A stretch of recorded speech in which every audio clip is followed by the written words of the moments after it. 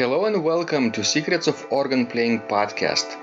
We are your hosts, Vidas Pinkevičius and Aušra Pinkevičienė. We've been mastering secrets of organ playing for more than 20 years and sharing them on this blog since 2011. On this show, which we create from our home in Vilnius, Lithuania, we strive to help you grow in every area of organ playing, including practice, technique, repertoire, sight reading, hymn playing, improvisation, composition, music theory, harmony, and many others. Our hope is to help you become a complete musician, or what we call as total organist, a program which we have created to help you reach your dreams faster than you would do on your own.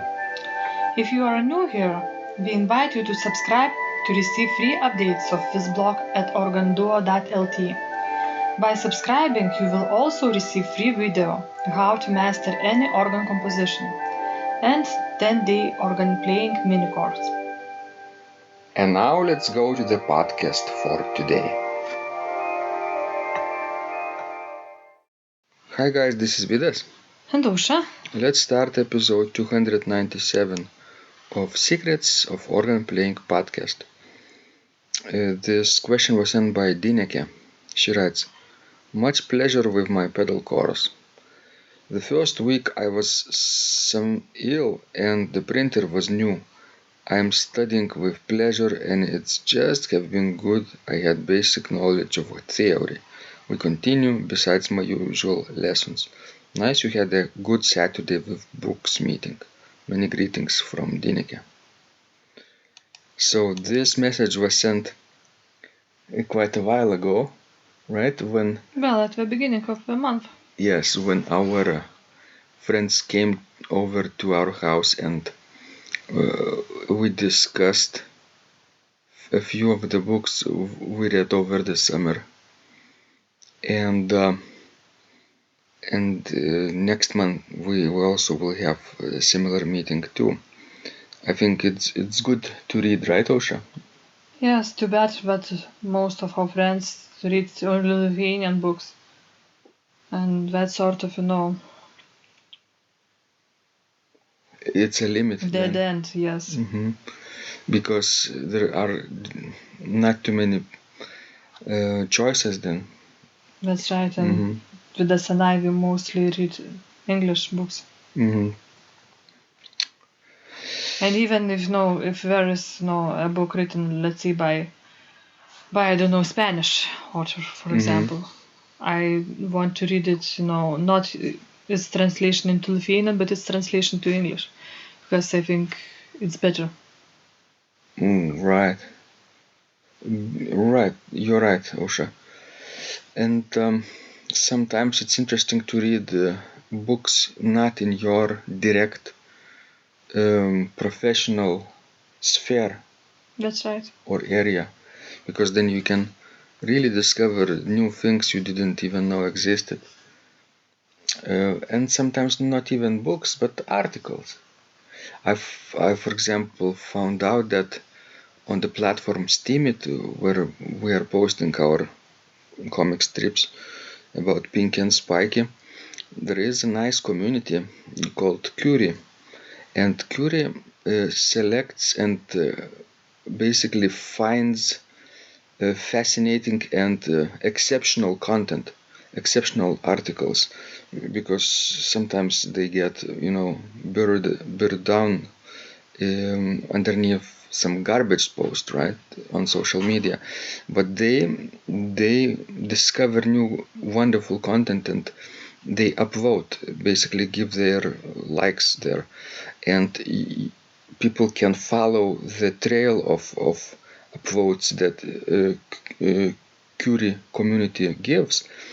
And I've been doing this for the past couple of weeks, I think, and reading articles that are not necessarily related to my direct interests, and I've been discovering so many new things.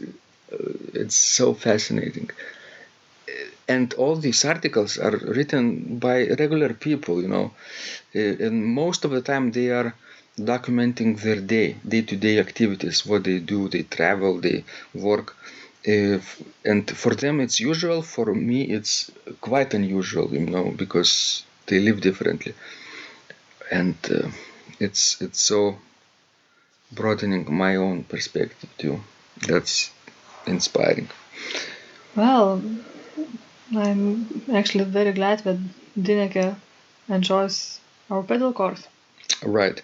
It's a rigorous course. It starts right away with C major scale over 1 octave, and it's not easy because C major doesn't have any sharps, and it's easier to play pedal scales with a little bit of sharps, a few, 2 or 3 sharps or flats, because then you can play toes on the sharps and heels sometimes on the white keys too.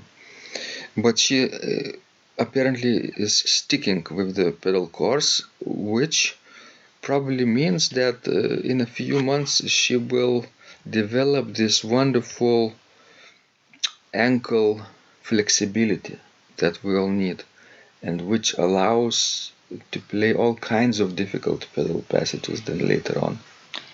And what do you think she means by that she has that it's good that she has a basic knowledge of theory? Do you think it's because different skills has different accidentals? That's obviously it, because the way this course is written down is every day we are practicing scales with ascending number of accidentals, major and minor scales too. So for people who don't know music theory and circle of fifths and key names, tonality names, it's confusing, right? But it's good that she has this knowledge, and actually she does have her own organ professor. She just supplementing her own organ studies with our course, right? Nice that it works for her too, to advance in her own organ playing too. Excellent. Right. Do you think sometimes people can get different conflicting ideas from different professors when they study with us and with others? Oh yes. Have you seen people write to you? Well, yes. Usually, it's about the same all the time. It's about our understanding of early music, of Baroque music. What do you mean? How it's different from other people? Well, it's not so different from other people, but from some people that still, had learned not following the historical approach, and that play, Bach legato and use the heels in the Baroque music. And it's sometimes even not the case with organ professors who are teaching these people, but maybe with a person who looks online at YouTube videos, right? There are so many YouTube videos now, and so many different versions of the same piece. So if you're playing one piece, you can listen to 10 different versions and say that, oh, I like that version, so that person plays legato, right? And you're teaching articulated legato. Maybe you are wrong, right? Because I like that version better. So what could you tell that kind of person? Come and try historical instrument and you will see that that legato technique doesn't work. Because pedal keys are generally differently constructed, and manual keys are also different. the touch itself, when you depress the keys, is sort of different on the mechanical instrument, especially on the historical mechanical instrument too. Sometimes very light, sometimes very heavy depression of the key. And the keys are shorter, so there is no easy way to use all fingers in early music, in music from 17th century, let's say. To put a thumb on a sharp keys, it's very inconvenient, especially if an action is very light. Then you could hit the wrong key very easily. Did you discover yourself when trying that kind of instrument? Yes, of course. Where was it? It was in Sweden, in Göteborg. Oh, in 2000? Yes. Mm-hmm. Tell us more.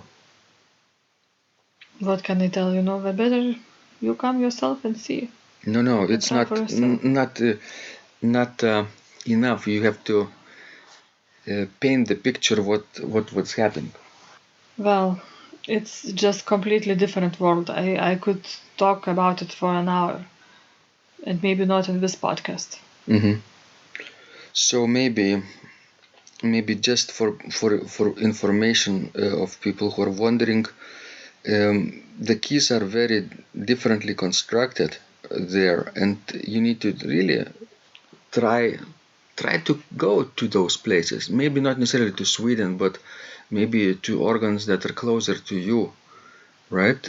Sometimes in a country where you live, there are replicas of older instruments too. Thanks, guys. This was Vidas. And Tosha. Please send us more questions. We love helping you grow. And remember, when you practice, Miracles happen. This blog is supported by Total Organist, the most comprehensive organ training program online, where you will find courses for every area of organ playing, including technique, practice, sight reading, repertoire playing, hymn playing, improvisation, composition, music theory, and harmony, with hundreds of scores and thousands of exercises. Here is what some of the students are saying.